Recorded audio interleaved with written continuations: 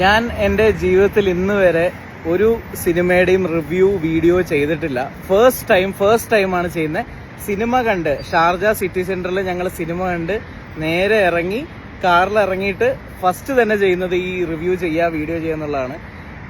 ഞാൻ കണ്ട സിനിമയുടെ പേര് കളങ്കാവൽ എന്നാണ്. മെഗാസ്റ്റാർ മമ്മൂട്ടി അല്ല, മെഗാ ആക്ടർ മമ്മൂട്ടിയുടെ സിനിമയാണ് കണ്ടിട്ടുള്ളത്. സിനിമ തുടങ്ങുമ്പോൾ തന്നെ നമ്മുടെ എല്ലാ ക്ലീഷയും ബ്രേക്ക് ചെയ്ത് ഒരു പീക്ക് വില്ലനിസം റോളാണ് നമ്മൾ കാണുന്നത്. അപ്പം ഞാൻ കൈയടിച്ചു. പിന്നെ ആ വില്ലന്റെ പീക്ക് ലെവലിലേക്ക് കാര്യങ്ങൾ ഇങ്ങനെ പോയിക്കൊണ്ടിരിക്കുമ്പോൾ നമ്മൾ പതിയെ മമ്മൂട്ടി എന്ന നടനെ മറക്കാൻ തുടങ്ങി. നമ്മൾ പിന്നെ വിനായകൻ എന്ന നായകനെ സപ്പോർട്ട് ചെയ്യാൻ തുടങ്ങി. എന്നിട്ട് അത് ആ ഒരു ലെവലിലേക്ക് ഇങ്ങനെ പോയിട്ട് എങ്ങനെയാണ് ഒരു മനുഷ്യൻ, എങ്ങനെയാണ് ഒരു സൂപ്പർ സ്റ്റാർ ഇങ്ങനത്തെ റോള് ചെയ്യുന്നതെന്ന് നമുക്ക് അറിയില്ല. അത്രയും ഗംഭീരമായ സിനിമയാണ്, സൂപ്പർ മൂവിയാണ്. എന്താ കിച്ചു അഭിപ്രായം?